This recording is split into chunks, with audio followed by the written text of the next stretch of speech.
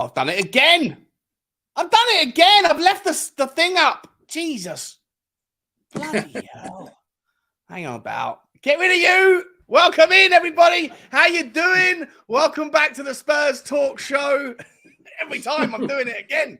This is your Thursday lunchtime show. We've got some breaking news. It's not breaking anymore. If you've been under a rock for the last 6 hours, then maybe you haven't heard about it. But if you are a Tottenham through and through, then you'll know. But we've got to discuss it anyway. Harry Kane, allegedly, according to David Ornstein, has had Bayern Munich have had their bid accepted. Well, I got question marks over, first and foremost, whether it's legit. Second of all, why the number is so low. It seems like it's lower than it was last week that was rejected before he flew off to Miami. Is he going to stay? Is he going to go? We don't know, but we got Johnny to walk us through. There's 400 people in the house 30 seconds into the show. This is insane. I love it. You know what you got to do. Take your shoes off before you sit down. And by that, I mean smash the like button. Smash the subscribe. We've got a new little rule for today. We're going to test it out. If you want to participate in the comment section, which I really want you all to do, then all you got to do is hit the subscribe button and you'll instantly have access if you're not subscribed already. If you are subscribed already, then let us know your thoughts. Johnny, how are you, mate? I love that you say breaking news. It sounds like the whole fan base is breaking apart, you know? Help. Listen, I think it's a farce. The whole thing's a farce. The day before the season starts, this is Tottenham Hotspur, man. I mean, honestly, I was on a stream back in May and I said, this is what's going to happen. No, you're negative. I said, no, this is going to drag and be the only show in town. And it's actually worse than I thought because obviously I didn't envisage, well, I did actually. I said about the tour being a farce. Everything we've done is a farce. But I've got to say, Bayern are culpable. Bayern's behaviour has been a disgrace. Total disrespect for this club, conducting this transfer through the media. I think the club are a disgrace because they haven't acted professionally. We should have been like Borussia Dortmund and said, with Jadon Sancho and Jude Bellingham, where you say, right, this is what I want. I want 120 million euros. This is the date. And if it's not done by that, we are getting on with our season. We have a club to run. And then I also blame Harry Kane because, Angie's asking probably every day, what's going on? What's going on? The players are asking what's going on. The fans are asking what's going on. The only person that probably knows is his wife and his brother and his dad. Right now, right this very second. Yeah. You don't think Daniel Levy knows? Well, I think I don't know.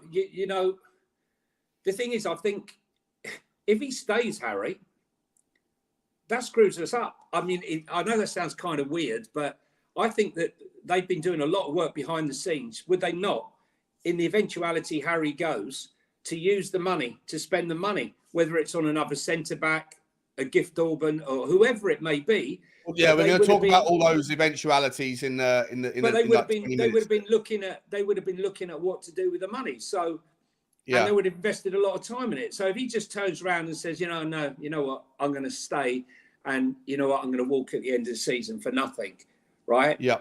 Is he playing a game, playing us, and giving a big fingers up to Daniel Levy after what he did at Man City? No one knows. Only Harry knows. Personally, I don't know why. I think he's going to stay. I think for him to walk out the day before the transfer window, I'd lose a bit of respect for him. I've got to be honest. Well, it's not before the window closes. We've still got time to make resolutions before the season. Yeah. Yeah. Well, that was the first intimation, right? The first intimation that we heard that was it sounded like it was concrete, and it kind of made sense. About 2 weeks ago was Harry Kane. Sean. Huh? Wet concrete. Wet concrete, yeah, it's still setting. Don't step in it. You'll leave a mark. Correct. But it sounded something like relevant and possibly true that I think it was Ornstein, funnily enough. I'm going to get up all the tweets. By the way, I'm also going to be showing some tweets of some reactions from some people that are kind of losing their minds. Not losing their minds necessarily in a wrong way, just their reaction. Like Twitter is in meltdown right now, ladies and gentlemen. We're going to go through some of that because I feel like there's a little bit of duplicity that's going on, hypocrisy, where I was saying this to Johnny backstage. The same people that are saying it's gross negligence of Daniel Levy to sell the player 2 days before the game, the season starts. They're the same people that will also, well, not everyone, but some of those people I remember also saying, if we keep him and lose him for free, then that is also gross negligence to give up on 100 million. And so I don't know what doesn't equate to gross negligence in their mind. I think it must be some dream world scenario where Daniel Levy says no now, but also has the ability to force Harry Kane's contract signing. We'll talk about that in a minute. There's 650 people in the house. I am going to get up that just so everyone's aware of the news. If you haven't seen it, I'm going to show you the initial tweet at least and how it's been confirmed. Look, everybody that's in the comment section, there's a lot of people here. I'm not going to be able to get everyone's comment up immediately, but what I am going to do is at least say hello to the members of the channel. Big up Drew Zilla, absolute superstar, always doing the Lord's work in the background. Big up to Daniel Borden as well, to Martin. Push the likes, guys. Push the likes. Keep smashing them. To Marshall, how you doing, buddy? Good to see you. And who else we got? Butter Pants in the house. We are doing it again. We are doing it again, mate. I think we are. Chem62 is here as well. Big up to you, as is Neo Yami. Look at all these members coming. We got a new member, fun enough, Matthew Childers. I'm not sure how you say your name. Good to see you, mate. You look very familiar to me. Looking at your icon, I don't know why I know you. Maybe I don't. Maybe I do. He's the government tax man. Yeah. You're the guy who's coming for my money. Fair. Okay. It's in the post, bro. It's in the post. Check's in the post. Now, big up, Matthew. Thank you so much for your support, my man. I really appreciate it. Looking forward to meeting you as well. Any other members I haven't said hello to yet? Mark Sheehan is in the house. Big up, Mark. Good to see you. Dave H is in the house as well. And Mia's in the channel, as I think I've said hello to Marshall. Big up, guys. Big up to everybody. I'm not ignoring. Hey, everybody. 100%. Make sure you get over to Twitter. If you guys are not on Twitter, then maybe you don't like Twitter and the kind of vibe on it. But if you are on Twitter, then you got to find this guy, Johnny H3232. He holds the most amazing spaces. There's people that he has on with him. Johnny's the commander in chief. He always delivers with absolute excellent articulation. He gets his points out and he has room for, I don't know, there's like 40, 50 people sometimes that are waiting to speak. I think we had just now, I think when I came off my space before I came in here, I think we had about 450 in the room, people waiting to come in and talk. So, amazing. Look, you'd expect it. I think by tonight, you're going to have spaces of 800-900 people, I think, in here tonight. So let's wait and see. But we're here now. Spurs Talk Show. We are, mate. Listen, we're gonna. If there's a time, let me know tonight. And we'll plug the thing. I'd like to come on your show tonight as well, mate. And come on and give my voice. I love listening, but it was a bit weird. The first time I came on to your spaces, I felt a little bit nervous. I haven't felt nervous being in a panel for a long time. Surely not, Sean. Surely the Twitter vibe is a little bit different. I didn't know if I was going to get like hounded out for being a Levy sympathizer or whatever. I don't know. No, listen. It's a balance there. I mean, if you listen today. There were people who were saying he's definitely staying. There were people, we had Bayern Munich fans in who were saying that, they thought that the club hadn't handled it great. They didn't think that anyone had handled it great. They're complaining they got a Super Cup at the weekend. And I had to remind them, with the greatest respect, we couldn't give a shit about your Super Cup, right? Okay, we're playing Brentford at the weekend. And, Richie's not 100%. We don't know if Kane's staying. We know Son is not 100%, and we can't start with Dane Scarlett. So, what are we going to do? Play Perisic as a false nine? Who knows? Well, we're going to talk about that as well, because I've got the second half of this show. Once we get through this, the second half is dedicated to what do we do, either with the money, without the money, life after Kane, because, the show must go on, right? So we have to figure it out regardless. But Just super quickly, guys, let me get rid of this banner thing that's going to ruin your eyesight for a split second. Here is, this is Fabrizio Romano's version of it. I've got David Ornstein's behind. I want to show you, here's the initial one from Ornstein. I mean, listen, The Athletic, for what it's worth, they are really starting to be not starting to, but cementing themselves as a breaker of news. Big up to Ornstein. Bayern Munich have reached an agreement with Tottenham to sign Harry Kane. Sources in Germany indicate the proposal is worth above 100 million, accepted by Tottenham. 30-year-old has been leaning towards staying, but must now make a decision. I'm going to literally stop this for pause right there, because I do want to show you some reactions from people like Ricky Sachs from Last Word on Spurs. Big up to him. I'm a big fan of his channel. But like he put a video out on one of the blogs out there, and there's a lot of people that are coming with different takes on this. But before we get into the take, Johnny, what is going on with the price? As far as I heard, it's 100 million euros, which is 85 million pounds up front, and then the plus number represents the add-ons, and maybe the add-ons are a little bit more simplified. But for me, it looks incredibly similar to the number that was allegedly rejected on Friday night of last week, when Daniel Levy did this to the deadline, went off to Miami or wherever he went, and then the next day he got around to telling Bayern Munich it was rejected. So what's changed? Is it the structure of the deal? Is it how much money comes up front? Why is it that Daniel Levy has now accepted it? I just think it's like a Mexican standoff, to be honest with you. I just think, like, who's going to blink first? I don't understand any of it. I just think the whole thing has just been handled terribly badly. I mean, even with some of the news people here, I was on Talk Sport. There was a guy on there, some expert, going on that Bayern Munich have never paid more than 45, 50 million for a player. And I'm sitting there thinking, what are you talking about? They paid 85 million for Hernandez, right? Yeah. And the buyout clause stated they had to pay the whole lot up front. That's 85 million euros. Sorry, I must say that. And that was what, 3 years ago, I think. Yeah, Bayern aren't known for spending ridiculous sums of money, but that's because they're the biggest name in Germany, and they take the future stars from feeder clubs. But they have spent money on players here and there that have been certainly higher than 50 million. So yeah, I think Look, if they want to buy Mawani, he's going to be 80 million. If you're going to buy whoever you're going to buy right now, Vlahovic, you could go through Europe. You're not buying any striker for less than 70, 80 million.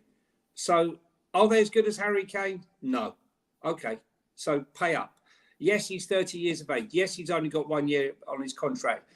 Kane's never been blessed with pace. What he's blessed with is a fantastic football brain and unbelievable skills, all-round skills from which don't diminish with age. If anything, they get better. Correct, right? Like AKA Teddy Sheringham, who was still playing, dropping deep and spraying balls. I think if Kane moves to Bayern Munich and he wins the Bundesliga, it means absolutely nothing. He's not elevated his position. The only thing that can elevate his position is winning the Champions League. So here's the question.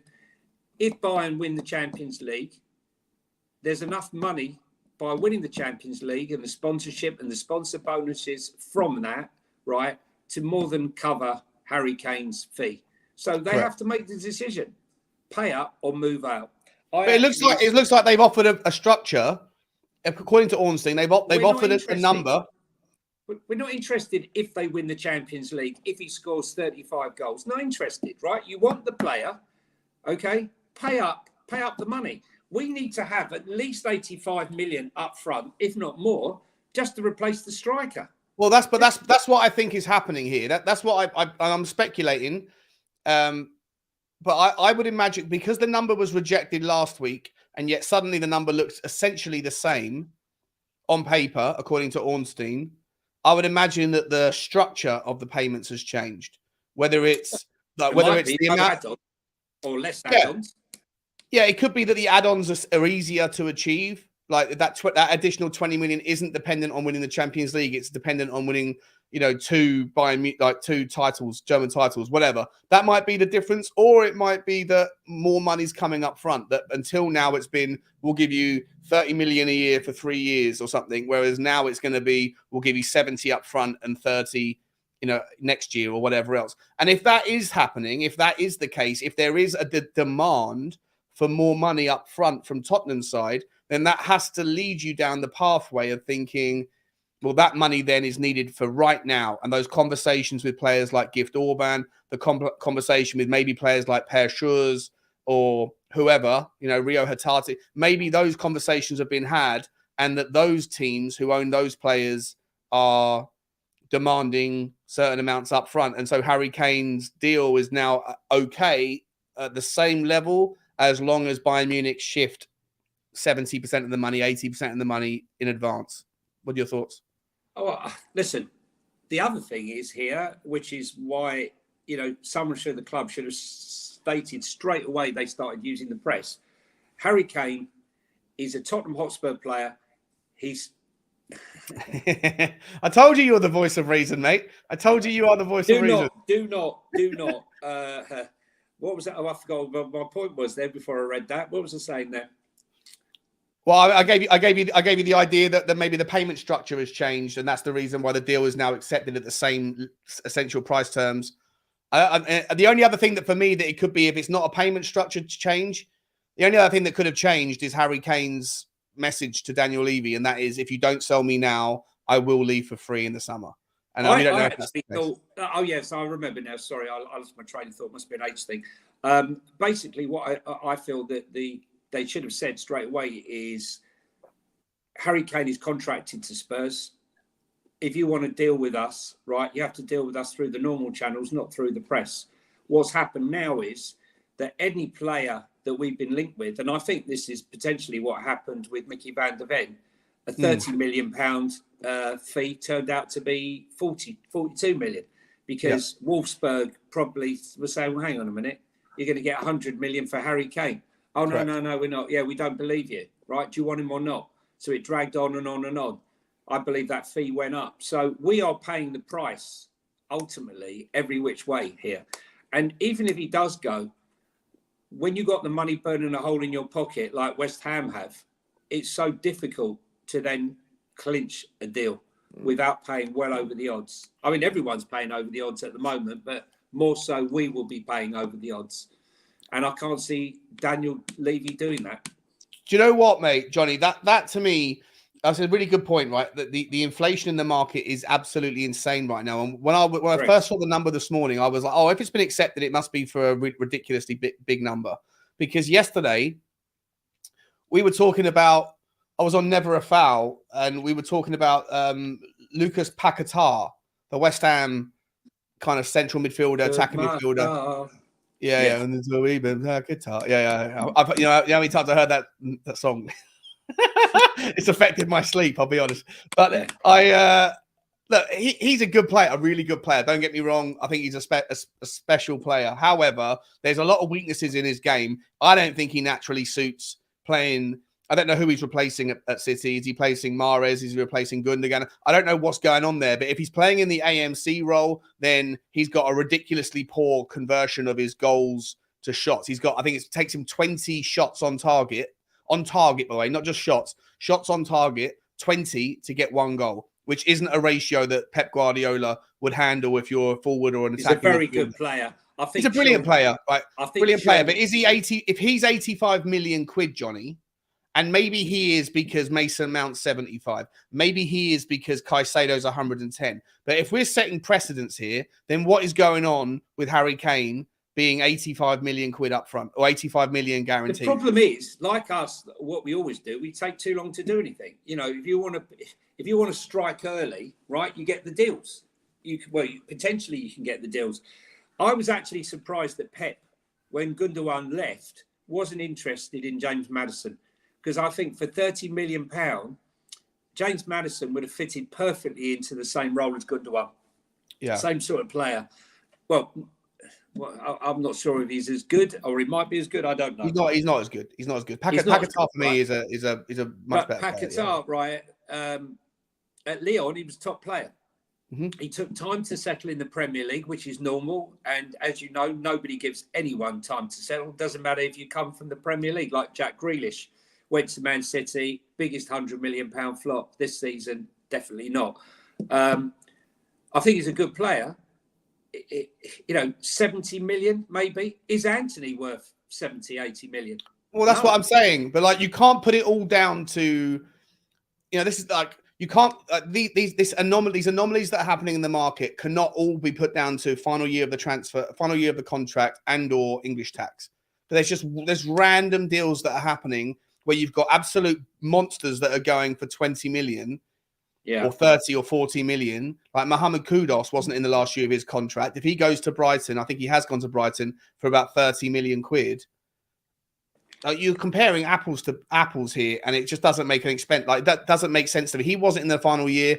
I know that you've got Mason Mount was, but if Mason Mount's worth 70 and in his final year, does the English tax really make up the difference? I don't think it does. Demand, Shaw. Look, you know finance, right? Okay. Look, the thing is, okay, I'm selling my house, and the guy next door is selling his house. Why is he? Why am I getting more for my house than his house? Because I've got two people interested in mine. They like how my house is decorated. So I've got two people bidding each other. Yeah, but at the same time, if the house next door goes before yours, that's set a precedent for the street.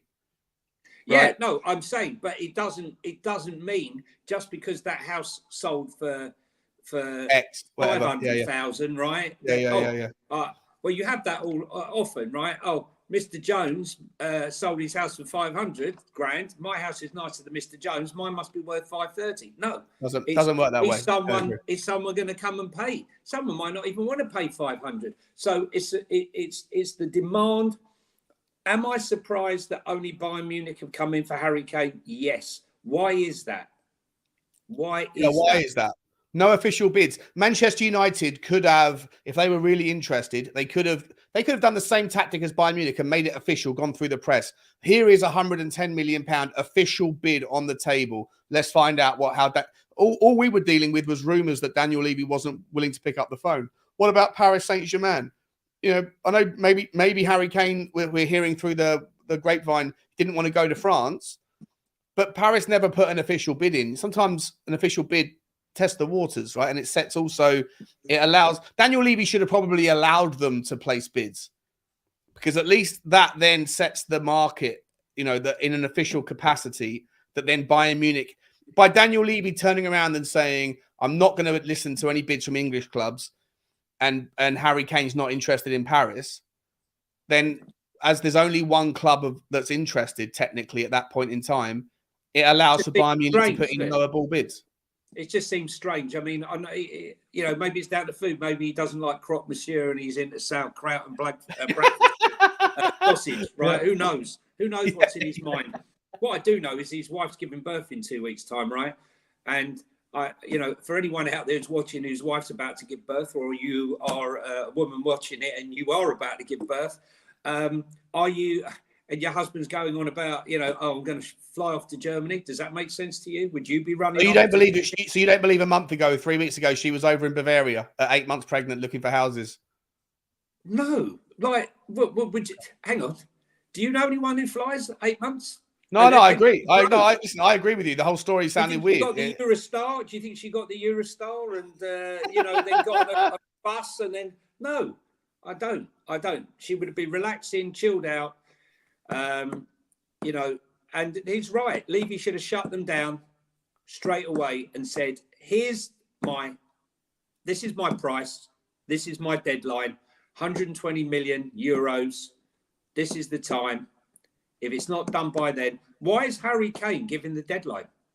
And if he wanted to stay, why did he give that deadline? I don't believe he's going. You know, for me, I don't know why. I think he's going to stay. I don't know why, because to leave now at the midnight hour. All right. Well, let me press pause, because I do want to, because the final part of in my mind, at least, I'm happy to go where the conversation goes, but is to figure out whether he wants to go, and then we're going to pivot into what do we do if he does go, what do we do if he doesn't, and we're going to talk about.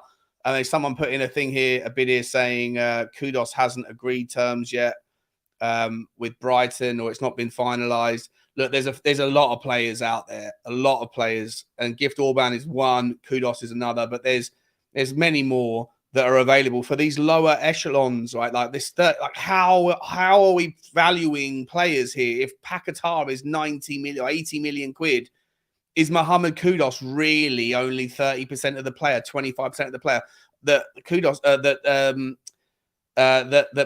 is? I don't think so. What about Gift Orban? This guy is scoring goals everywhere he goes. Whenever he gets on a pitch, he bangs in 2 to 3 goals at least once a week. He's scoring a goal a game everywhere he's been. This guy if he's available for 25, 30 million quid. It would be bonkers in my mind. Price has gone up. If you think they're selling him for 30... Okay, well, whatever it is, 40 million quid. Okay, it's not going to go to 70 million quid, is it? Because he hasn't, like, no one's paying that. He hasn't done it. He's only done it in the Dutch league. But listen, we'll come to that. We'll come to that in a second. Sorry, I'm rambling. What I want to ask you, Johnny, is your thoughts on some of the reactions that are going on. And I want to just play I hope I'm not going to get in trouble for this. I might do, but you know what? Whatever. Can you guys hear?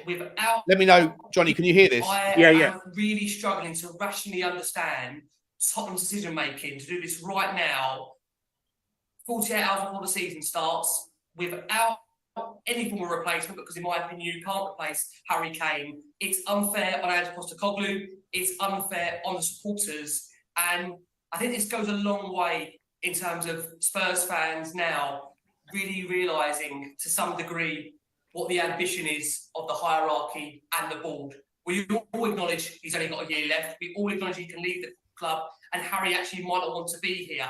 But at the same time, he's been a total professional. He's been superb throughout pre-season. We saw that unbelievable performance against Shakhtar Donetsk at the weekend in that pre-season friendly, where of course he scored 4 goals. But I'm really struggling to understand the logic here from Tottenham to sell a guy right now that will get you that 100 million back next summer when it comes to getting the goals that Spurs will need to get into the Champions League. And I have got to say, when you look at Tottenham's past, this isn't the first time that a player's future has dominated and overshadowed the start of the season. We've been there before with Berbatov.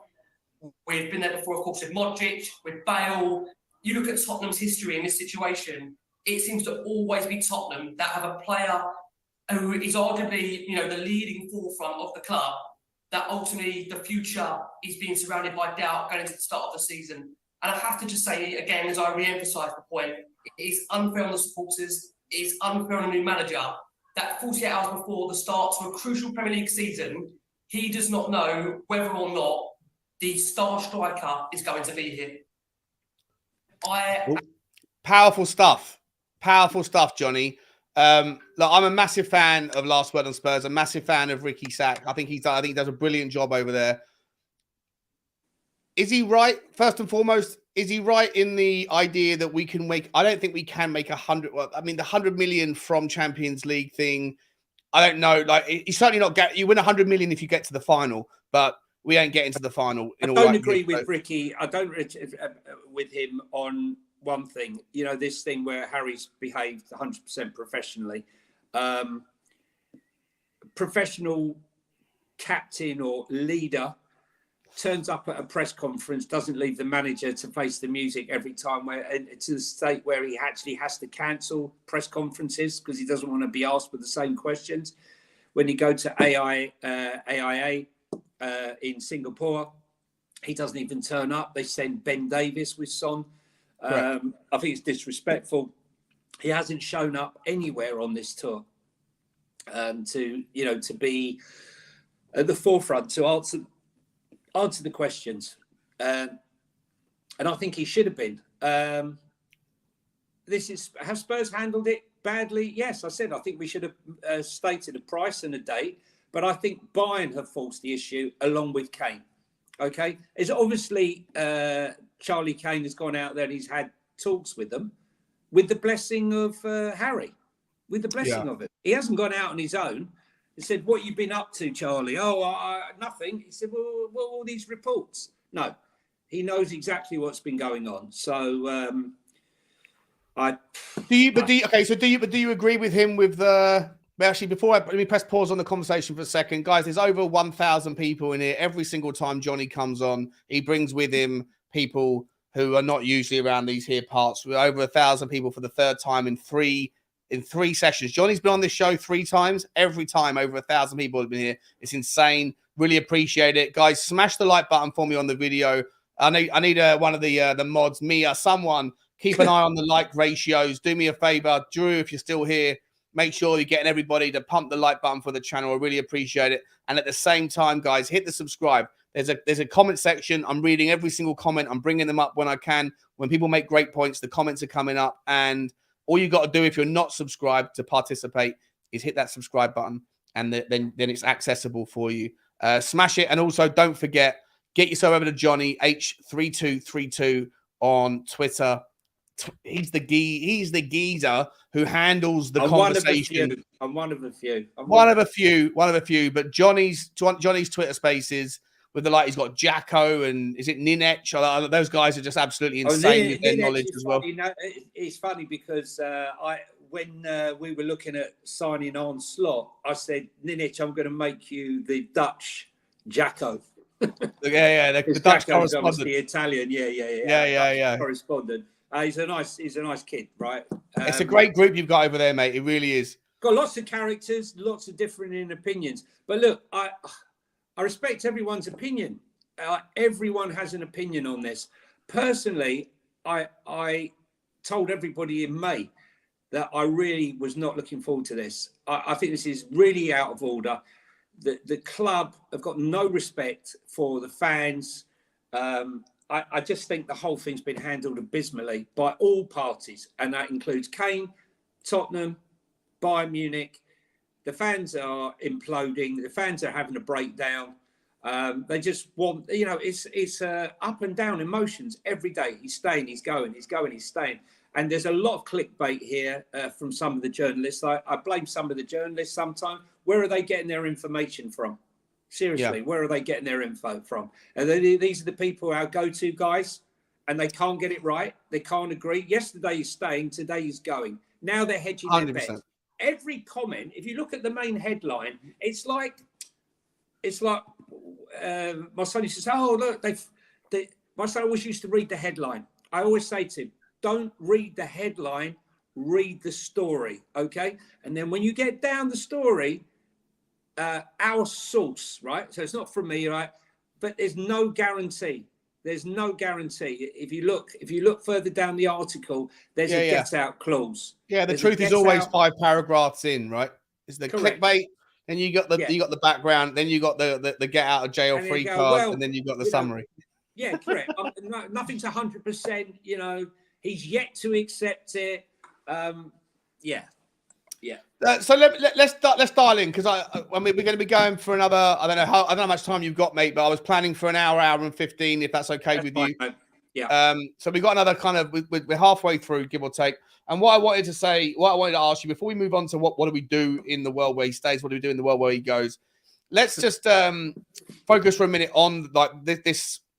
I mean, the apathy towards Daniel Levy right now, the vitriol that's getting spoken in some areas, the people that don't care. Like it's a weird kind of cocktail of vibes on, at least on Twitter, this is somehow all Daniel Levy's fault, and that Daniel Levy, if he, as I said at the start, if he sells him now at this particular point in the transfer window, then he's guilty of gross negligence. And I guess, not to use those same words, but Ricky Sachs is arguing to a degree the point that any time but now. It could have happened earlier, but like 2 days before the start of the window. And I take the point, right? If Daniel Levy is in control of the situation more than anybody else, then to do it now, to accept it now with 2 days to go, it does ring true Berbatov stuff, where we ended up getting in Fraser Campbell was a last minute, substitute. And what happened that year was a disaster. But Greg Rasiak. Yeah, exactly. That kind of vibe, right? But obviously we've got other options. We've got other irons in the fire with replacements, which we'll speak about in 10. But there's also there's a lot of fans that say if you don't sell him and he leaves for free in the summer, which isn't something that Daniel Levy can control. He can control whether he sells him, but he can't control whether he doesn't or does sign a contract.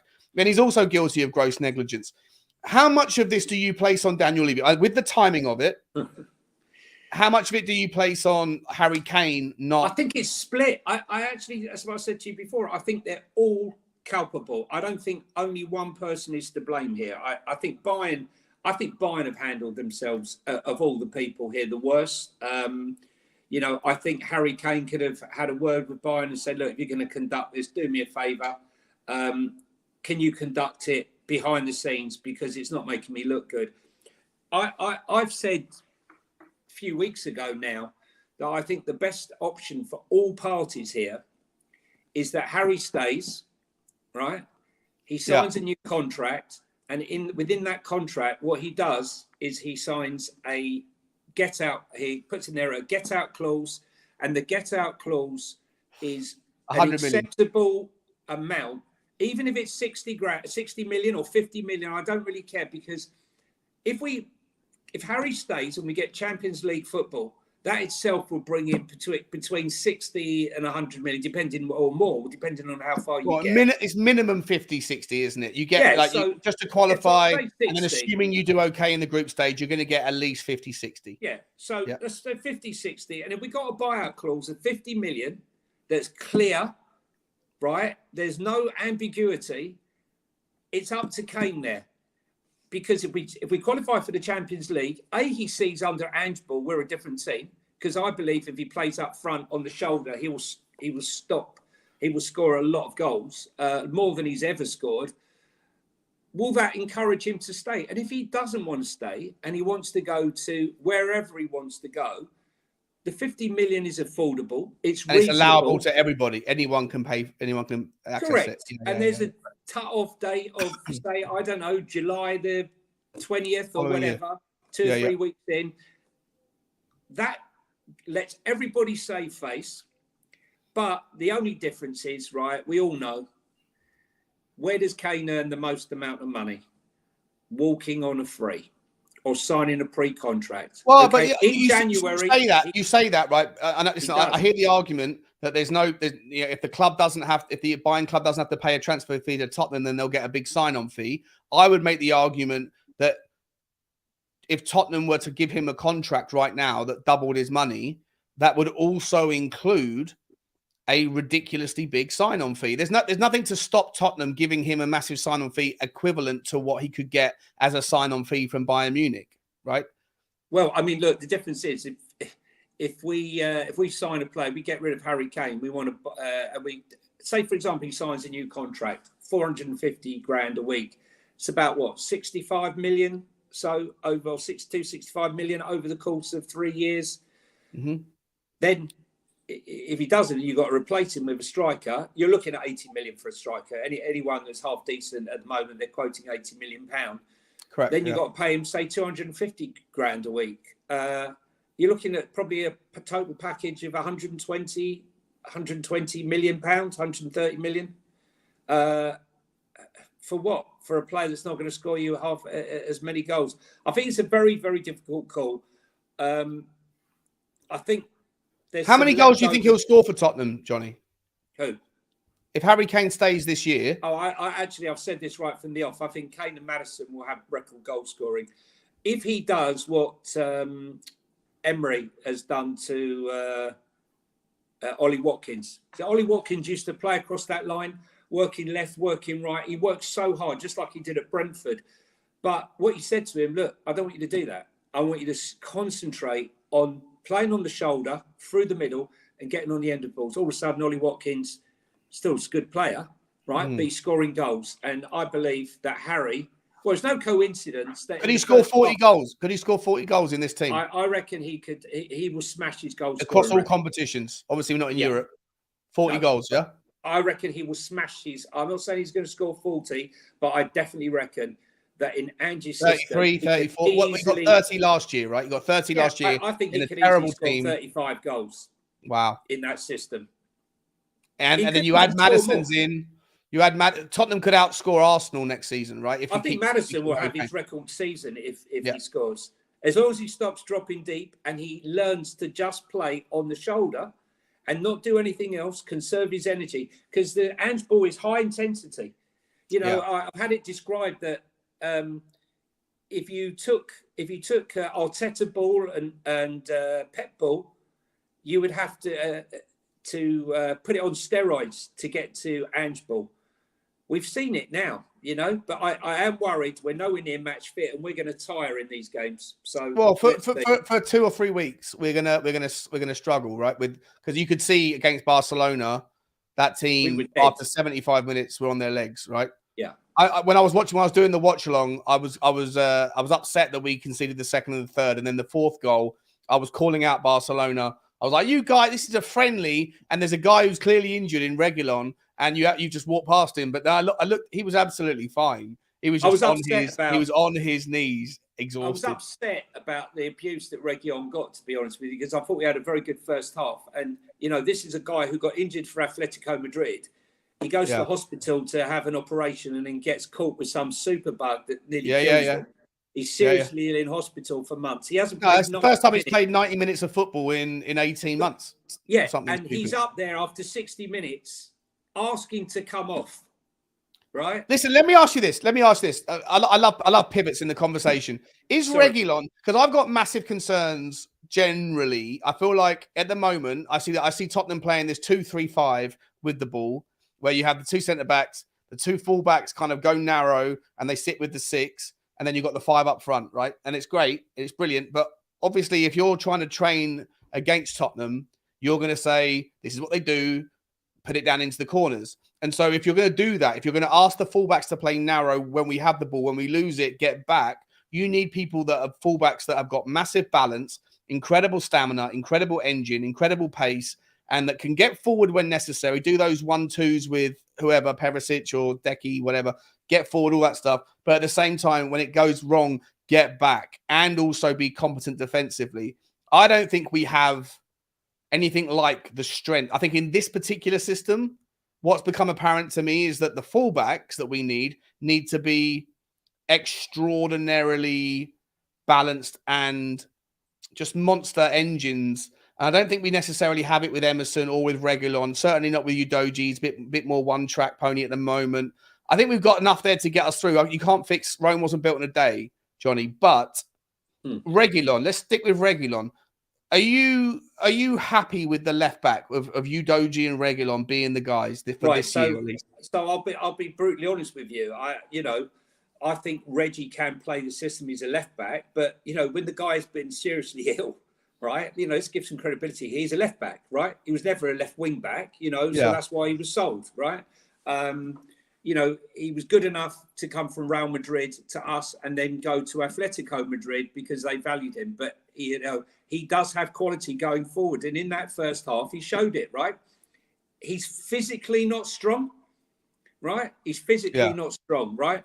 Do we need another left-sided player? Yes, right? But a left-sided defensive player.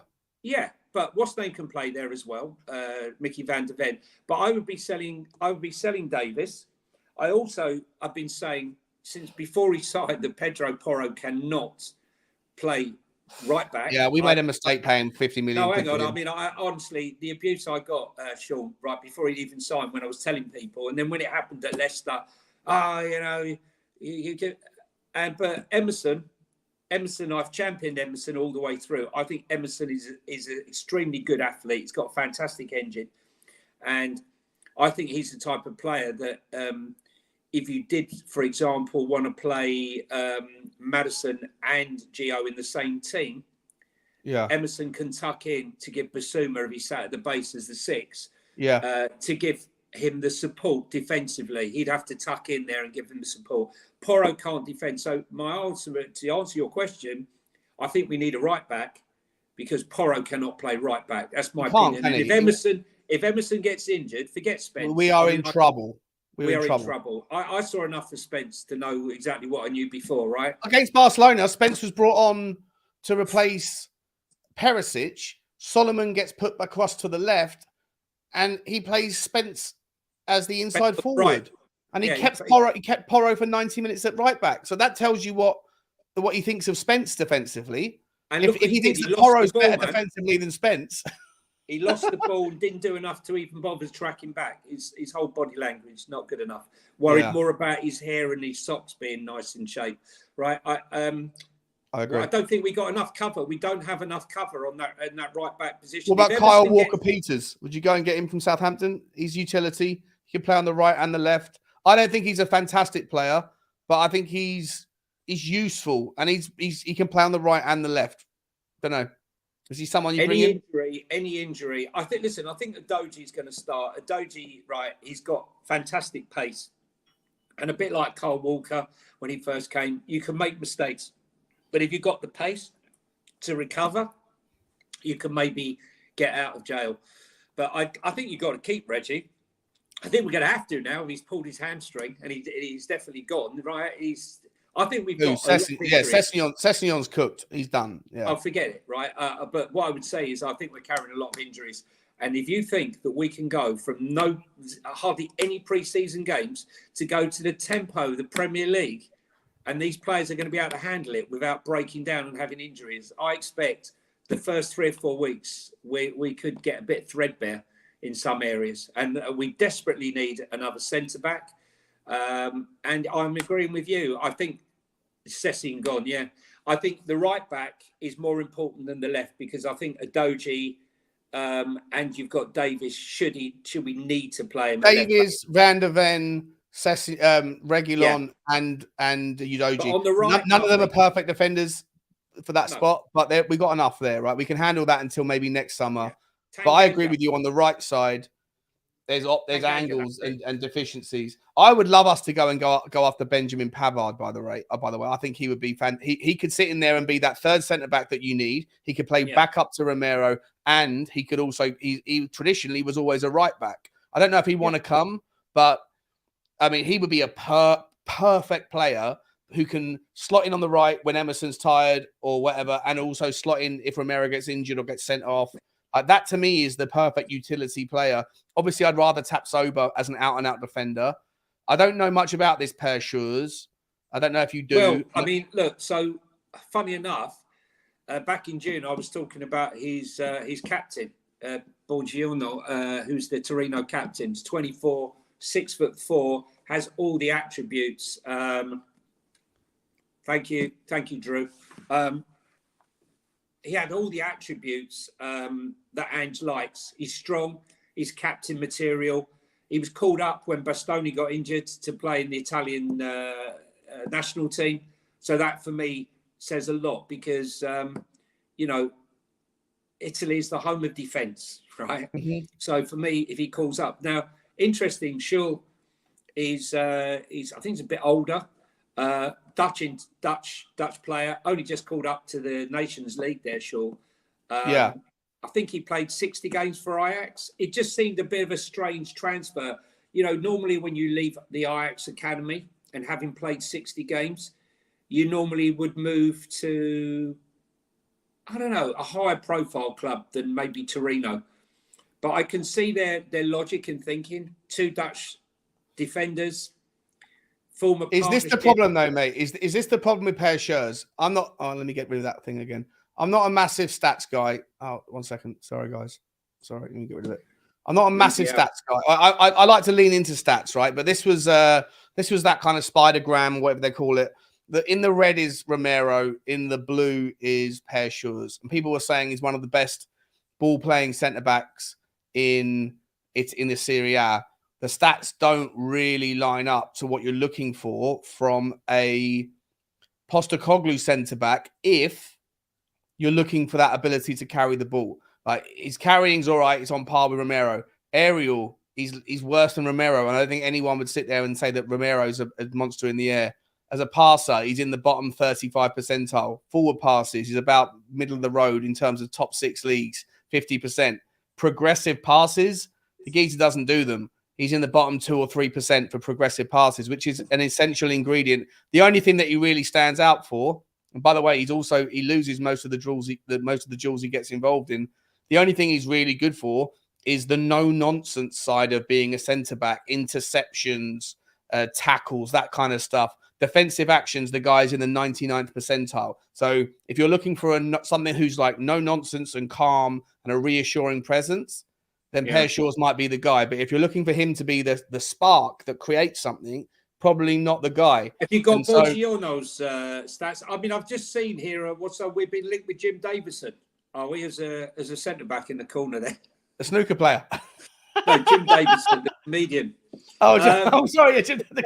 No, I'm just saying, I just got thrown there for a minute. I thought Jim Davison's coming. He's going to be our new director of football. We are a comedy club, after all, so he can keep the banter going. He wouldn't be as I said, Borgiano was the one for me. Don't be surprised if Nilsson comes in at a last minute. Tosin wants first team football. So I think he'll get enough of it, though. I do, and he's the fastest current centre back in the Premier League, from what I heard. Right? I really like Tosin. I really love him. do. I think he's great. But he has an ego, right? And he's come from Man City. He's gone to Fulham to re-establish himself. He's done that, and he doesn't feel he should come to Spurs and sit on the bench. Yeah, Lynch, just one second, mate. What we're doing here, we've already spoken about Harry Kane. We're talking about what we do in a world where we lose Harry Kane, right? We're going to have 80 million, 90 million.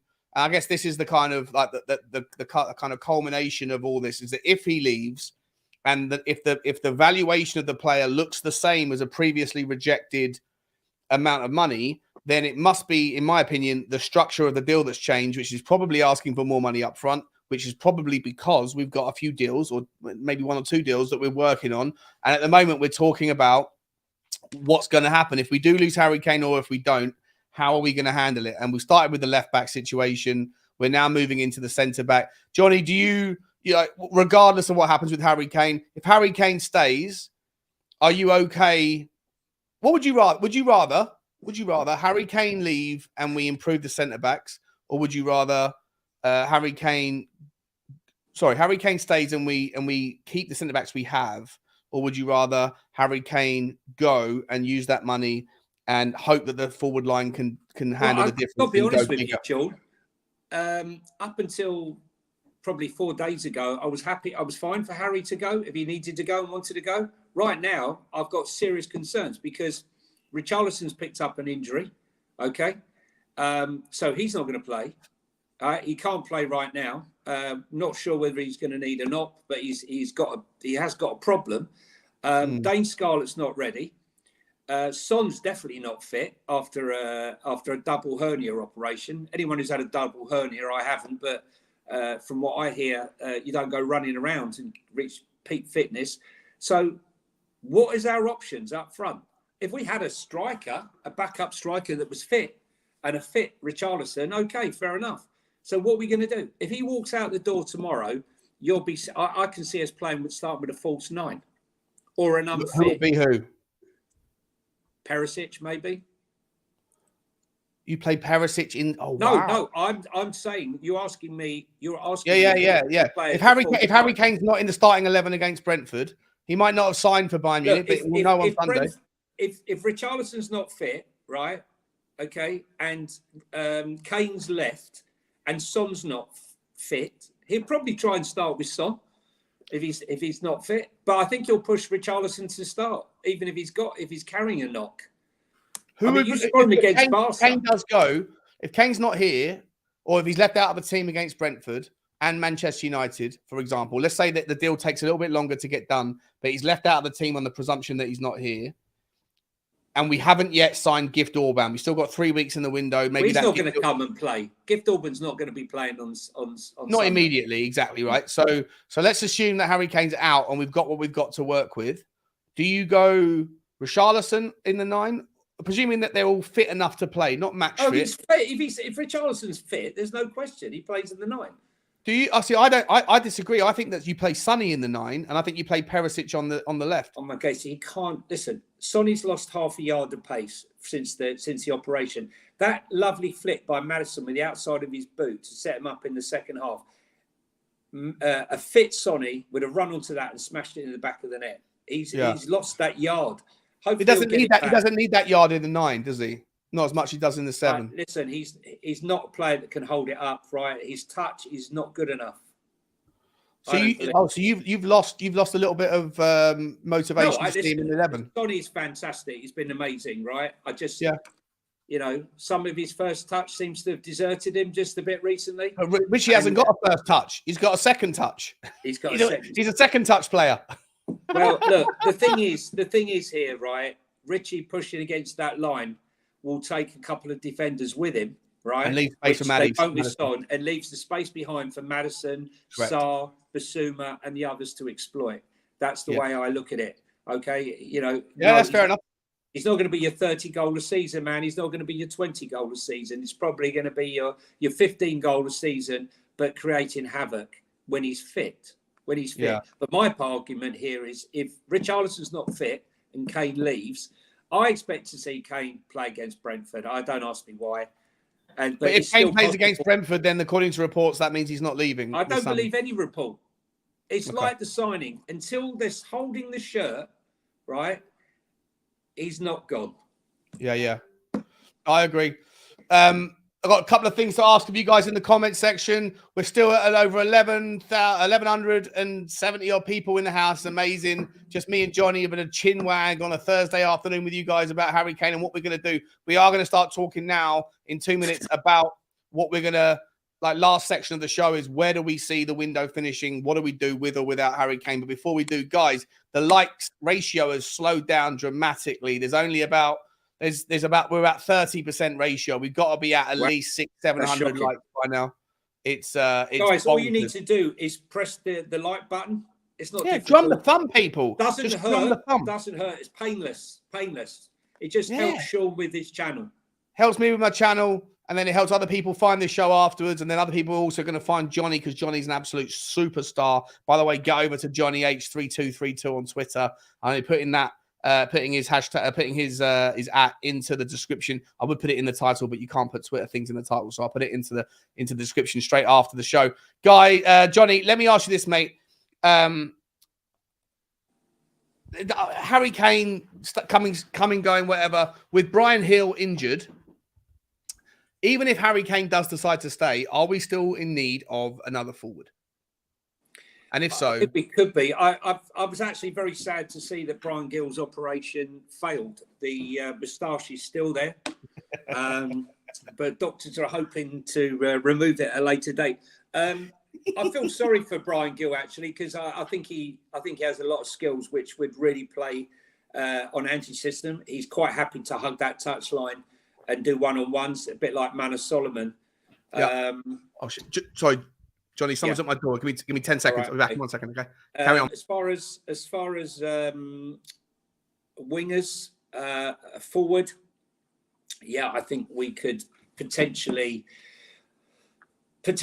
do one, but I don't think we need one. I think we need a 6. I think if any player we need right now is a backup. I personally would have sold Skip. I know he scored 2 goals against Barcelona. But for me, Alex Scott is going to be a really good player in 18 months to 2 years. And we could have easily have got him as a massive Spurs fan. But I think that money should have been spent on a player like Lavia or Paulinho or an Amrabat to give us some clout there, especially if we're to believe that Pierre Højbjerg is going to go. I'm not sure where Atletico Madrid are going to get the money from because they don't seem to have any unless João Felix is going to be sold to Saudi Arabia. That's the only thing I can think of. It's a bit disconcerting. I'm talking to a cockerel with a microphone. I'm looking at a cockerel with a microphone with headphones. But listen, I think we need to get players out. I mean, it's all very well talking about getting players in. I think we've got a squad now of about 38 with 5, I think, potential under 21s. So we desperately need to get players out. I'm not very happy that Joe Rodon has only gone on loan. We should have cut our losses and sold him for as little as we can just to get him out. With only 8 on the books out for loans, I would like to have seen the loans utilised, Sean, for young players to get out and get minutes, not deadwood that we can't get rid of. So I was just saying to you, I don't think before we get in another winger, we need to get rid of our deadwood. It would all depend on Kane. Right now, we got Alejo Feliz, okay? Yeah. We got Richie, and we got Harry. I think we need to get rid of this. We need to get rid of the defenders and the deadwood. That's the most important thing, and use that money and those wages to buy another centre back and or a right back or a 6, a number 6. Yeah, so it's two interesting topics, mate. I was listening in the background. I had to go downstairs quickly, but appreciate you for holding the fort. with regards to the loans, I feel like the eight max loan thing, that's only for going overseas, right? So I feel like, I don't know. I want to talk to you in a second after I got through this couple of super chats around players like Alfie Devine. What do we do with him? Has he shown enough to keep him? But players like, if we can't sell, like Joe Rodon, for example, doesn't even count as one of our 8 loans if he goes to Leeds. Glad to get him out the door. Obviously, we need to get rid of people like Ndombele, Sanchez, despite his wonderful performance. In fact, I do want to ask you about that as well. But the loan thing, look, if it kicks the can down the road at this stage in the window, I'm okay. The numbers have to be thinned out. And if we can't find permanent homes, then we'll kick at the can again. Right, Johnny? Yeah, I mean, listen, just, he was miserable coming back, Joe Rodon, walking into the club. He was miserable getting on the plane. He was miserable getting off the plane. Like, why did you take him? Why? Did he play a minute? Did he play any minutes at all? No, played nothing, right? And what I'm a bit pissed off That's why he's about is miserable. I expected Ange, big tough Ange, to be given the list of the players that weren't going to go, right? And still, what do I see? Ben Davies being our representative with Sonny at the AIA and seeing Eric Von Dyer, our new captain, right? All I need to see now is come out with a long, Viking wig, blonde Viking wig, and say we're a new signing, Eric Von Dyer. There you go. Guys in the comment section who are brilliant setting up new soccer accounts. You want to bring up a new one? You got Eric Dyer, Eric Von Dyer. Go and get someone with a Thor. Eric Von Dyer. Eric Von Dyer. I want to see that in the comment section in the next 5 minutes. You've got 5 minutes. I know there's people out there that do these things. Go and get one done in 5 minutes. I actually did one a few months ago, right? Our new signing in the January transfer window on my old account. Anyway, go on. Keep going, Mum. SOF is saying, mate, I'm sorry, this is from a while back, buddy. I didn't even see it come through. I've just seen it now. If homegrown players like Kane and Tanganga go, we have to looking at bringing in other homegrowns. We can only register 17 non-homegrown players in the Premier League. 100% is a really good point, SOF. We have been linked with both of these players, Brennan Johnson and Eze. The Eze links, I made a video about it. It's not out yet. It's going to be out in a couple of hours tonight, but I did mention him in it. I would love this guy. And listen, if Manchester City are paying 85 million for Lucas Paquetá, Johnny, listen, I'll start with Brennan Johnson. Not interested. You're going to pay a significant amount of money. I don't think he's worth the worry. Like he's all right. He's another average player for me. I don't think he's a superstar. Eze, I think he absolutely is. Johnny, what's your take on these two, Eze or Johnson? I've got to be honest with you. Let's get Johnson out of the way. Lightweight. He's a midfielder, guys. He's not a striker. I keep seeing everyone say, "Oh, we can put him in that." He's not a striker. He's a midfielder. Eze is different gravy, right? Different gravy. Different. How much is he going to cost? Right. He's going to be a victim of the precedent, right? If you've got Paquetá going for 85 bar, Eze's got the English 2 years. The thing is, he's got 2 years left on his contract. Okay. He was called up to the England squad for the European Championships, and then unfortunately went out to play and got injured that day and was out for more or less the rest of the season. So he carries the ball. We haven't had anyone who carries the ball like him since Moussa Dembele, right? Yeah. Basically. He's got 2 years left on his contract. He offers us everything. Ball carrying, link up. He's only going to get better. I just think he is, if you said... He's the guy, isn't he? What He's is the guy an archetypical Spurs player? It's Eze, right? That, for me, is Eze, right? The problem we have is they've lost Zaha, okay? Elise's getting big interest because of his buyout. So is Guehi, so is Anderson. Right, so... If Crystal Palace lose all of those players to make a ridiculous profit, they're going to go down this year. They can't lose them all. The Brazilian guy they brought in is fantastic, right? Watch him this season. But it would take a big offer to get Ebbs out. But if we sold Harry Kane, he would be my go-to. I wouldn't be signing another striker. I'd be signing him. Even at 80 million quid? I don't think it would be 80 million. I think it'd be more like 60 mil.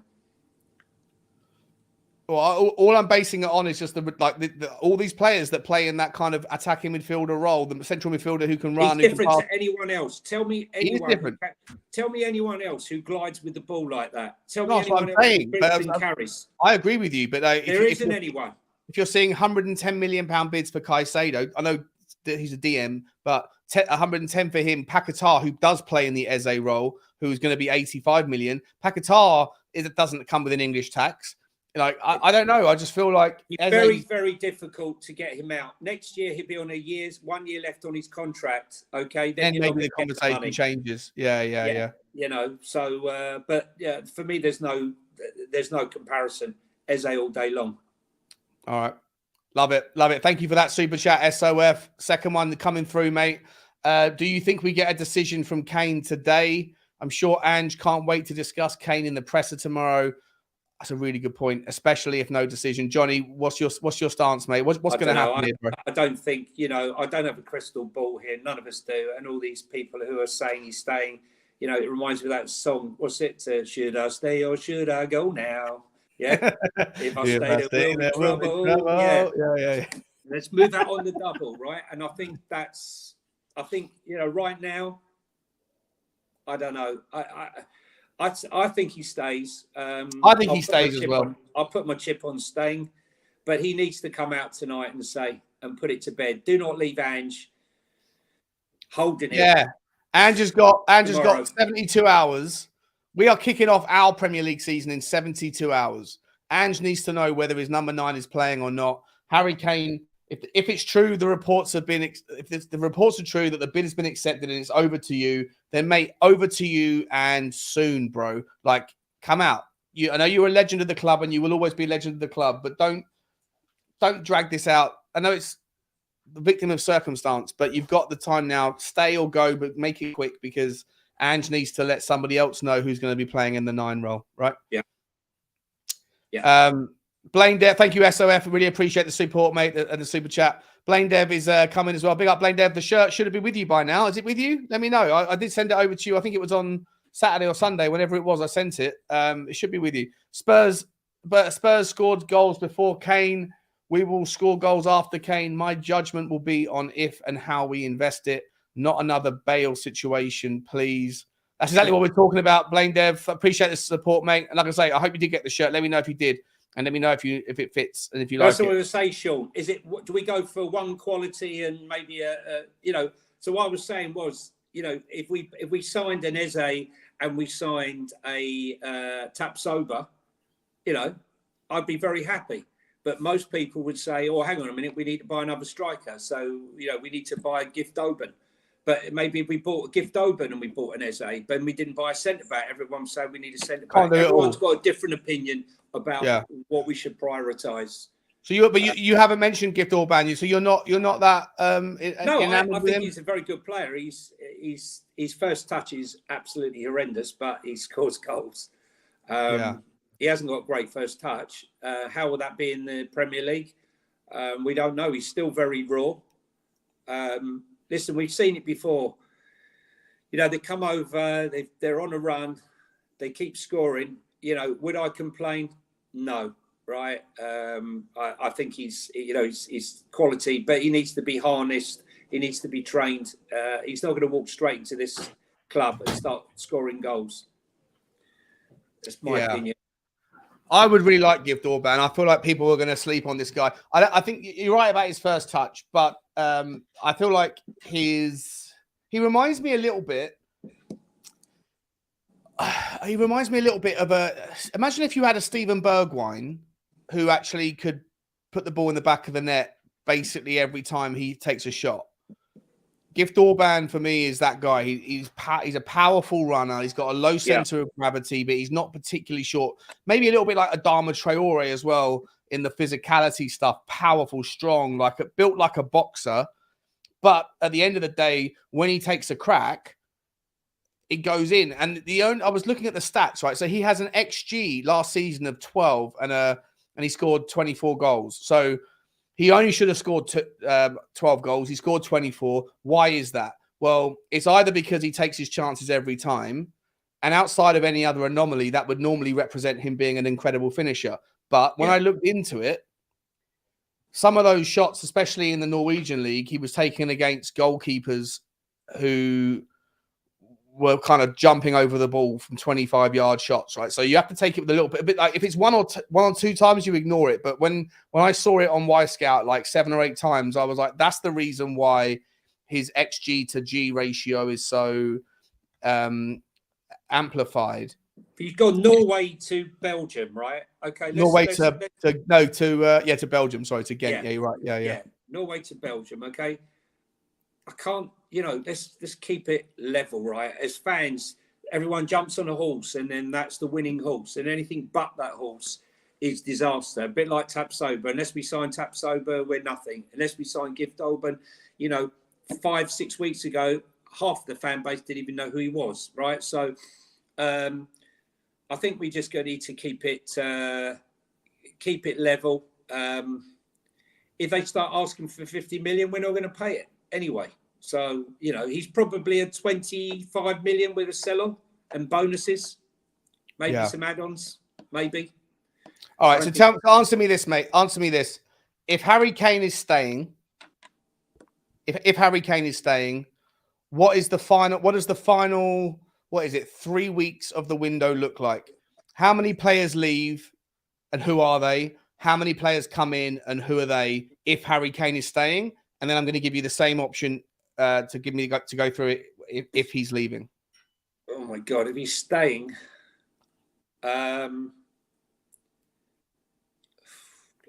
ins first. Do we have any money? Do we have any more money to spend? Three players, max. Three more ins if he stays, even if he stays.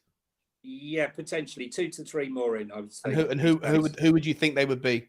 They would be potentially positions. You haven't got to give names unless you want to, but positions wise. Position would be centre back.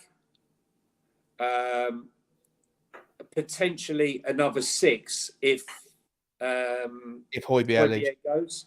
Yeah. And I feel like a right back if we get rid of Spence, if Spence goes. So I'm thinking 2 to 3 players, depending on who leaves. It really depends on who leaves. And who do you want to? I'm going to be controversial here, right? And I've said it all along. And, I was quite prepared for everyone to come for me. And it was quite funny that he had such a good game on yesterday, which was if I was going to keep any defender, it would be Davinson Sanchez. That's what I was going to ask you. No, expand on that. Did his Barcelona performance change any opinions in your head? No. So I didn't have an opinion. I had the opinion beforehand. If you come onto the spaces or you... Yeah, fair enough. Yeah. Now, the reason I say that is because when you play a low block, if you make a mistake, there is no coming back from it. It's a mistake. It's magnified. It's telegraphed, right? There is no recovery from it. Unless you've got a highline. Yeah. Oh, sorry. Yeah, sorry. Carry on. Sorry. Yeah. When you got the high line, okay, and you make that mistake, you've got a lot of space to make up for it. And we saw in 2 or 3 occasions against Barca where the attacker, had an advantage over him, and he managed to get back for blocks, tackles, interceptions, and that convinced me even more so that, would I prefer to upgrade Sanchez? Obviously, right? But what I'm saying to you here is I would rather keep Sanchez and get rid of Davis, Dyer and Tanganga, right? I mean, look, whatever you want to say, we paid 42 million for him and he came from the Ajax Academy. Okay? Which was and it was a highlight. He was playing a highline system back then, right? Highline system, okay. Yeah. This system that we've been playing for the last 3 years does not... Say it. Clip it. Ready, everyone, with the clips? Say it, bro. Go on, say it. Does it suit Davinson Sanchez? I believe it suits Davinson Sanchez. I love it. I actually agree with you. I think that Look, is he perfect centre-back? No. Right? Does he make mistakes? Yes. Does he fall over his own feet sometimes? Yes. Yeah. Right? Okay. But in this system, which is how he played, right, often for Ajax, listen, when we bought him, he was one of the hottest young centre-backs in football. Okay. Yeah. It's not me making it up. That's what it was. That's why we paid 42 million years ago, right? To bring him. Okay. So I think he has the speed to overcome the mistake. Same as Mickey van der Ven. Of that lot, of the people that are still here, Rodon's gone. Of Tanganga, Dyer, and Sanchez. I think there's a different argument for Davies because of his utility to play left back. But of the other three, I agree with you that the system suits Sanchez more. Do I want any of them in a perfect world? No. But if you're gonna have one to pick to keep like and kill the rest or whatever, hang on, do you remember Sancho? Sean, I remember the year we finished 4th when Romero got injured. Twitter went into meltdown. Everyone was having kittens, right? That's the season over. We got no chance. We got bloody Sanchez, right? We got Sanchez. We got no bloody chance. And what happened? He was outstanding for those final few games, right? Didn't put a foot wrong. So all I'm saying is, also, yes, Johnny, let's not forget that statistic that was banded around for the last 18 months. When Sanchez plays, Tottenham don't concede. Like there was that whole story, right? It might not have been down to him, but there was a long period of time when the games that Sanchez played, Tottenham never conceded goals. And who do we think we are as a club, right? He's the Colombian captain, right? We're not talking about the Sri Lankan captain, right? Or the Somali. Big Dave is back, Johnny. Okay. He's back. I'm just saying, he's the Colombian captain, so he has leadership qualities. Okay.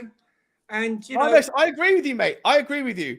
I'm in an ideal world, we go and get two other centre backs in. You go and get a Tosin and a Laporte or a Tapsoba or whatever, and then you haven't got to have that concern. But if you're going to pick, you have to have at least one of these people that we don't want just on the off chance. Correct. And for me, Sanchez fits the bill far better than Dyer, far better than Tanganga. To me, I 100% agree with you. 100%. So I, when I saw him against Barcelona, I was laughing because, I felt vindicated somewhat, okay? Even though he was at fault for the first because, he wasn't solely at fault, but he shouldn't have allowed the cross to come over. But Pedro Porro was doing his usual pantomime defending. He's behind you. And he was shocking. Yeah, listen, but after that moment, Sanchez showed the world why he's still got something to say, right? He was brilliant.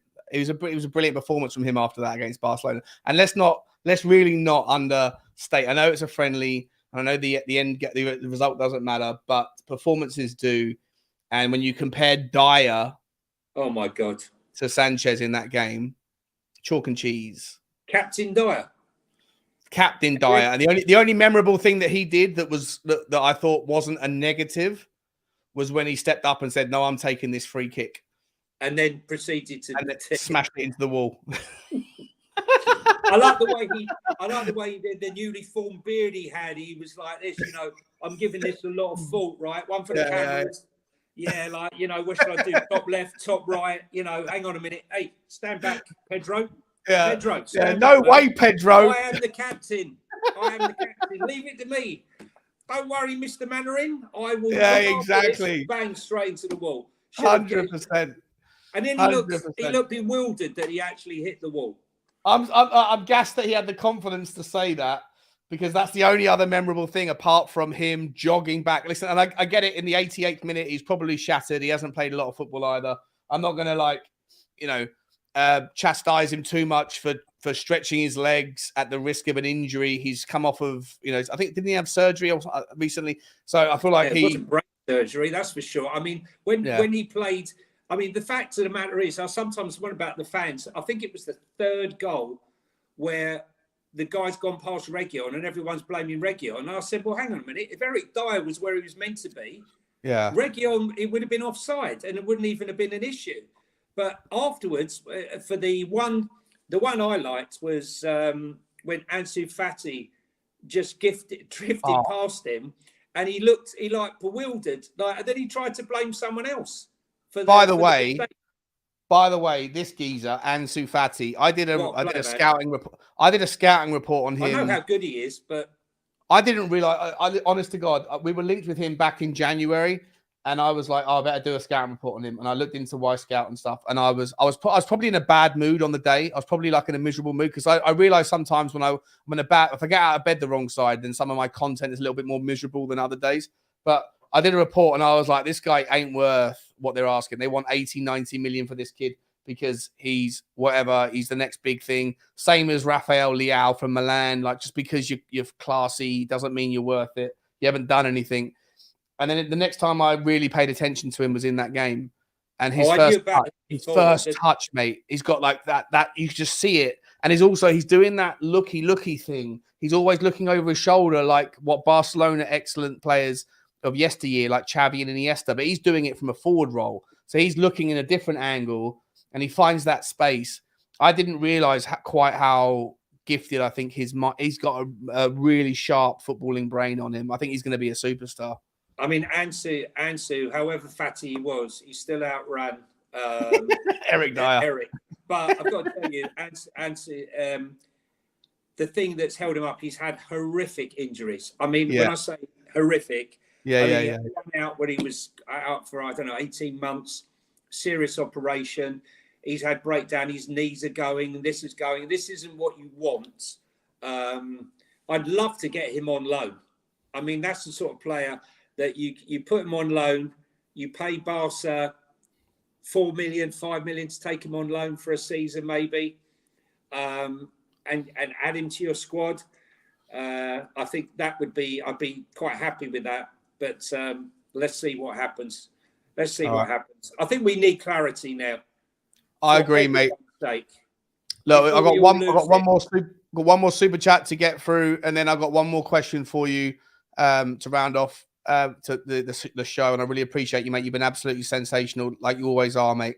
If we allow Kane to run down his contract, says SOF, big up SOF, mate, big supporter of the show. Why should Dyer or Sanchez accept moves?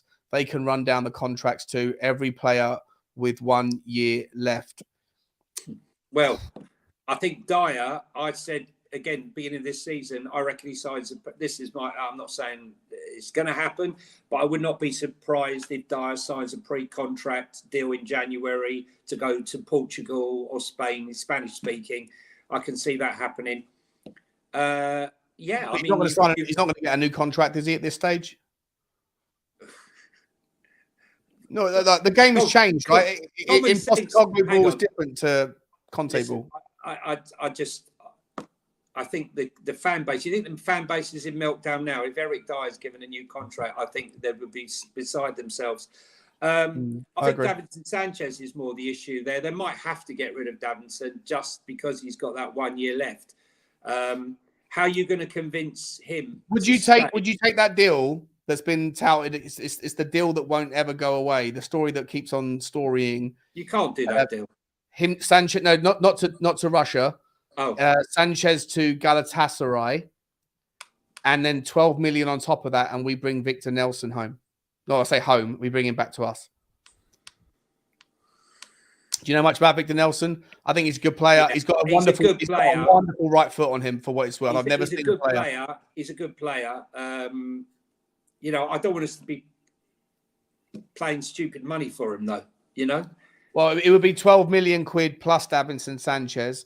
Sancho could go to Galatasaray. We bring the Danish international. To me, he'd sit behind. Well, he'd sit behind Højbjerg. If you keep in Højbjerg, that would make sense because they play together. No, he's a centre back. He would sit behind Romero.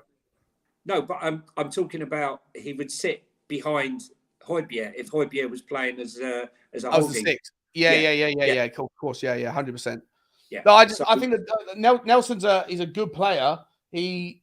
As long as we don't get Admiral Nelson, because that's Tottenham, isn't it? And, the Irons find him and find out there's something wrong with him and he's in the treatment room. Yeah. He's in the treatment room. I think I need to investigate whether the fact when Daniel was doing his cost cutting, he did in fact sign vets to treat our our players rather than fully fledged, physios and fitness trainers, because last season was horrendous. And I don't know. Sanchez. He meant Sanchez, not Sancho. Yeah, if I said Sancho, I meant Sanchez. Yeah, you meant Sanchez. Sanchez, yeah. But yeah, and I think Victor Nelson is a really good player. But again, he's one of these centre backs that I think he's a better player with the ball at his feet. If you go and watch his track record of delivering long balls, you probably won't find another centre back that has a higher accuracy and a frequency of getting the long balls where they're meant to go. But that's not the way Ange wants to play. Ange doesn't like seeing centre backs pinging long balls necessarily. He wants to see triangles, and I don't think that Nelson fits. I'll just say, actually, there's one thing that's found quite interesting. You've got a right back that likes to get forward and get in the box, right? You've got Romero, who likes to carry the ball forward and get in the box. You've got Mickey van der Ven, who likes to carry the ball and get in the box. And you've got Destiny Adoji, who likes to carry the ball and get in the box, right? I don't know about you, but having spent 3 years watching the turgid football that we've had to endure, right? I've gone from like everyone camped inside the box, waiting to be shot in the back of the head, right? To all out, everyone up for it, everyone attack. And maybe that's the argument to have this guy Per Schurzin, who doesn't do it that way. He's more of like an old school defender. He's more of a guy who just wants to defend, and then you can ask him to just pass the ball to someone else and let them progress. Maybe Per Schurz, and this is the thing, like when you look at it, like I don't see it, but a lot of people on Twitter, a lot of people whose opinions I very much admire, think he is an excellent centre-back. I think he's brilliant at doing the basics of defending. He's a defender first, and I don't think he's great at the other side of the game. I'll ask you another thing. How many people mentioned Schurz or even knew of Schurz 3 weeks ago? Torino 3 weeks ago. I can tell you none, right? No one. That's the thing, mate. Everyone's an expert once the link emerges. Hang on, let me tell you something, right? Okay, I'm a Buongiorno fan, right?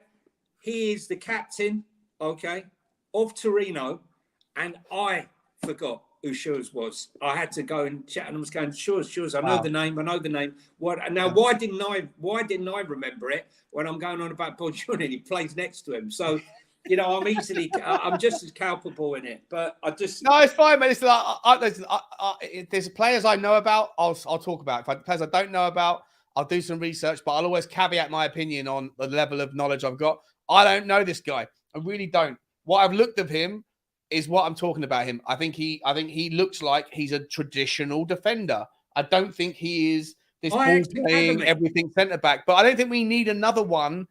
Like you've got Romero, who is excellent at that part and sometimes can be suspect defensively. You've got, Van der Ven, who's good at the, like, why not have this kind of the options? Like this is what Ange Postecoglou always spoke about when he was back at Brisbane. I've mentioned it 1,000 times on the channel, so at the risk of being boring, he said, I have the same formation, the same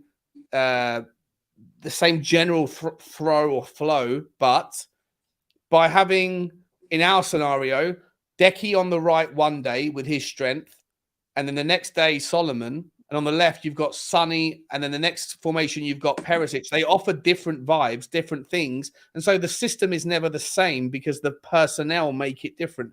And maybe Per Schurz being an out-and-out defender is a good thing to have as a defensive option. I think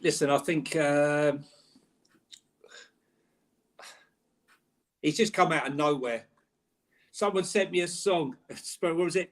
Kane, what's that song? Kane, we want you to know that we love you so. We're going to miss your goals. The minute you walk out the door, please don't go. Don't go. We're begging you to stay. Go. Always believe it. That must be to that. Yeah, it is. We love you so. We're going to miss your goals. Yeah. Everyone's trying their bit. Everyone's doing their bit. But please put us out of misery. Like the dog that needs to be put down or saved, right? Please just tell us what's going on, because 100%. I've had enough of it. My Twitter timeline has had enough of it. I've done busy man on Twitter, mate. I've done the Alvita Zen Sound of Music, so long farewell post. I've done the what do you call it? The what's it called? The Wolf of Wall Street. I'm staying. I'm telling you, right. We're not going. We ain't leaving. I'm staying. Yeah. Yeah, we've done them all. So let's hope that's the one that we're singing to tomorrow. Love it, mate. Love it. Listen, I've got 2 more super chats, and I'm going to round off, and I'll give you a chance to plug your Twitter Spaces that's coming up this evening. On your bike, Scott, my man, my first ever member of this show. I love you, buddy. I miss you. Good to see your name. Big up, Sean. Top show as always. And Johnny talks so much sense. He does, mate. That's why I bring him on. The feedback. Appreciate that. Mate, you're an absolute legend around these here parts, mate. I get so many messages saying saying as well, but with the best of them. That's all right. Yeah, we all do. Big up, Scotty, mate. I really appreciate it. And SOF again with another one, mate. A nice one as well. I really appreciate you, buddy, because you know we get delimited or limited ads and demonetized on this show.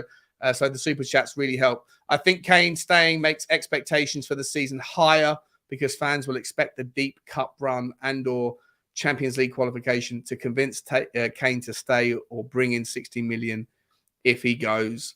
To me, SOF, I don't know.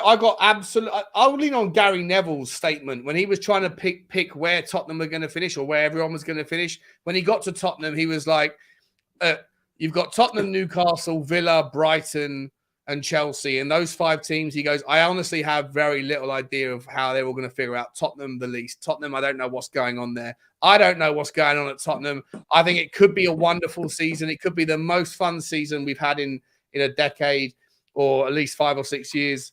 But it also could be terrible. I don't know if Kane stays, gets us to the 5th spot or 4th spot for Champions League. Certainly will help. I'd rather have him than not.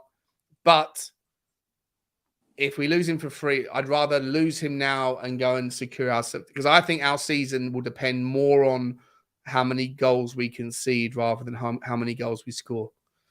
Can I just say, Paul Merson, right? Okay. If Kane goes, we'll be lucky to finish 10th, right? Okay. I'd never have known that from a Gooner, right? I think it was a couple of days ago in Sky Sports, his article. Yeah. He's an absolute bird. Go back to Johnny, mate, I want to say thank you so much, mate. Listen, every time you come on, mate, the people track. The people want to come and say hello to you. You go down so well. Where can everyone find you when you're not here? Johnny H3232. Give me a follow on Twitter. And you also find me on Tottenham on Tour with Anger Management, which we do after each game, where we just pick out a summary of what we thought happened in the game. Short, concise. But give me a follow here. And always welcome everyone to come on and join our spaces. Sean, thanks very much, mate, for having me on. Johnny, you're brilliant, mate. To be honest, a very quiet news day. Yeah, quiet news day, mate. I'm glad I could pull you away for an hour and a half, mate. You've been absolutely sensational. Guys, make sure you do get over to Johnny H3232. It will be in the description, the proper link straight up. As soon as I press the end, I want to put it in there right away. And you can find him over there. He's going to be doing spaces tonight. He does them every day, don't you? Please, sorry, Sean, if you could give a like on your way out. As I say, it helps Sean, helps with the channel. And if you want to support the channel, it doesn't hurt. It's pain-free, unlike watching the Harry Kane saga. So let's just give a like on the way out. And if you've not subscribed, just subscribe on your way out as well, and be there for the next show. There you go, Johnny. Johnny's doing the Lord's work for me. I was going to say the same thing, but listen to Johnny. He knows what he's talking about. The man talks sense. Smash the like, smash the subscribe. Guys, I've got another video coming out in a couple of hours about some of the other transfer targets. And then you might just see me later on tonight live again at about 9 o'clock. We will see how that goes. But like, subscribe, and comment, guys. And as always, come on, you Spurs.